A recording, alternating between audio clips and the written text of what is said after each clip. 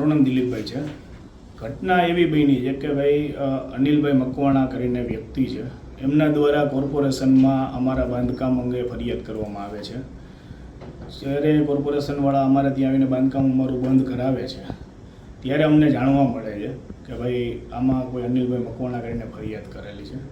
જ્યારે અમે અનિલભાઈ મકવાણાને ફરિયાદ કરનારને અમે ફોન કરી અને પૂછવું છું કે ભાઈ ખરેખર અમારા બાંધકામમાં શું તકલીફ છે તમને, ત્યારે એ ભાઈ દ્વારા કહેવામાં આવે છે કે તમારે રૂબરૂમાં મને સર્કિટ હાઉસ ખાતે મળો. ત્યારે હું સર્કિટ હાઉસ ખાતે એ ભાઈને મળવા જાઉં છું. તો એ ભાઈને દ્વારા કહેવામાં આવે છે કે ભાઈ ખરેખર તમારું બાંધકામ આટલું ઊંચું છે, આ છે. પછી મેં એમને કીધું કે ભાઈ ખરેખર અમને તકલીફ પડે છે, અમારા મજૂરો રોજ ઉઠીને બેસે છે, હાજરીઓ ચડે છે, તમે જે હોય તમે તમારી ફરિયાદ પાછી ખેંચી લો. ત્યારે એમને ફરિયાદ પાછી ખેંચવાની વાત એટલે 3 લાખ રૂપિયાની માંગણી કરે છે, પરંતુ પૈસાની રકમ બહુ મોટી હોય, એની માંગણી મોટી હોય એટલે અમે એને આપતા નથી. હવે અમે એને એ પૈસા આપતા નથી એટલા માટે અમે કીધું ભાઈ વિચારીને તમને જવાબ આપશું. વિચારીને જવાબ આપવાનું કીધા બાદ સાંજના સમયે અમે એમને પાછી એકવાર રિક્વેસ્ટ કરી કે જેથી કરીને અમારું બાંધકામ બીજે દિવસે પાછું ચાલુ થાય ને મજૂરોની હાજરી ના ચડે. તો અમે ત્યારે પણ મને સાંજે એવું કીધું કે ભાઈ તમે આવો સર્કિટ હાઉસ ખાતે આવો અને રૂબરૂ ચર્ચા કરીએ. સર્કિટ હાઉસ ખાતે રૂબરૂમાં અમે મળી છીએ.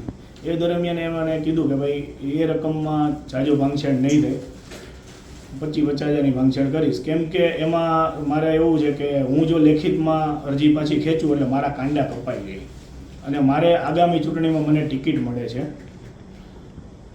એટલે ટિકિટ મળે છે તો મારે આગામી ચૂંટણી પણ લડવાની છે. એટલે હું લેખિતમાં આપું તો મારે કાંડા કપાઈ જાય. એટલે ત્યારે મેં કીધું કે ભાઈ હજી એ રકમ તો મોટી છે એટલે મેં ત્યારે પણ સાંજે વિચારીને જવાબ આપીશ એવું કીધું. ત્યારે મને કીધું કે ભાઈ તમે 3-4 દિવસનો ટાઈમ આપું છું, તમે 3-4 દિવસ સુધી હું કોર્પોરેશનમાં કોઈ જાતનું ફોલોઅપ નહીં લો, એટલે તમે 3-4 દિવસમાં મને વિચારીને કહેજો. 3-4 દિવસ પછી હું એમને મળું છું અને આ અરજી પાછી ખેંચવા બાબત એને કહું છું કે ભાઈ જે હોય તમે અરજી પાછી ખેંચી લો. રિક્વેસ્ટ કરું છું કે મજૂર મારા બેસે છે, આજીજી એને હું કરું છું, છતાં પણ એ ભાઈ જે છે એ કે મારે સમૂહ લગ્ન છે, આ તે છે, તો તમારે મને 1.25 લાખ રૂપિયા હોય તો જ મને ફોન કરજો. આવું સ્પષ્ટ એ વિડીયોમાં પણ બોલે છે અને વિડીયો પુરાવા એના મારી પાસે પહેલેથી છેલ્લે સુધીના વિડીયો પુરાવા છે, બરાબર છે. અને કહેવાનો મતલબ એ છે કે આ ભાઈ એક પૂર્વ નગરસેવક હતા. જ્યારે પબ્લિક કોઈ નગરસેવકને જ્યારે ચૂંટણી ટાઈમે ચૂંટતા હોય તો કંઈક લોકોને સારા કામની આશા હોય છે, એટલા માટે ચૂંટતા હોય છે. નહીં કે આવી આશા હોય કે ભાઈ આપણે અમને પૈસા દેવા પડશે, કોઈ પણ કામ કરશું તો પૈસા દેશું તો જ આપણું કામ ચાલુ રહેશે. ખરેખર પબ્લિકને પણ હું એક સંદેશો આપવા માગું છું કે જો આ વ્યક્તિનો કોઈ પણ ભોગ બન્યા હોય તો ખરેખર ખુલીને મીડિયા સમક્ષ આવો, અથવા તો તમારા પાસે જો પુરાવા આધાર પુરાવા હોય, તમે એમને પૈસા આપેલા હોય તો તમે ખરેખર એના વિરુદ્ધમાં ક્યાંય જો બનતી ફરિયાદો થતી હોય તો ફરિયાદો પણ કરો. પણ આવા લોકોને જો તમે ખુલ્લા નહીં પાડો તો ભવિષ્યમાં આપણે જે ભોગ બનીએ છીએ એ ભવિષ્યમાં બીજા નાના માણસો પણ ભોગ બનશે. જો આ ભોગ બનતા અટકાવવા માટે આપણે ખુલીને સામે આવવું જ પડશે અને આવા લોકોને ખુલ્લા પાડવા જ પડશે. આવી લોકોને હું અપીલ કરું છું. તમારે અને અનિલભાઈનો કોઈ બિલ્ડિંગ મટીરિયલનો કોઈ વ્યવહાર થયો છે? અનિલભાઈ એવું કહે છે કે મારે બિલ્ડિંગ મટીરિયલના પૈસા આજ દિવસ સુધી અનિલભાઈ જો એવું કહેતા હોય કે બિલ્ડિંગ મટીરિયલનો વ્યવહાર થયો છે તો એક વખત એ એવું સાબિત કરીને દે કે બિલ્ડિંગ મટીરિયલ કઈ જગ્યાએ મોકલું અને એ સાઇટ કોની હતી, મારી હતી કે નહોતી.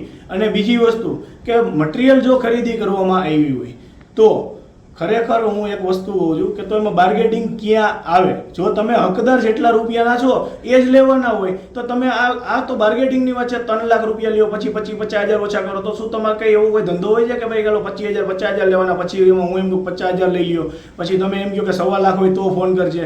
તો આ બધું કેવી રીતના પોસિબલ થાય? મટીરિયલનો કોઈ સવાલ નથી સાહેબ. ખરેખર જે છે એ વાસ્તવિકતા છે.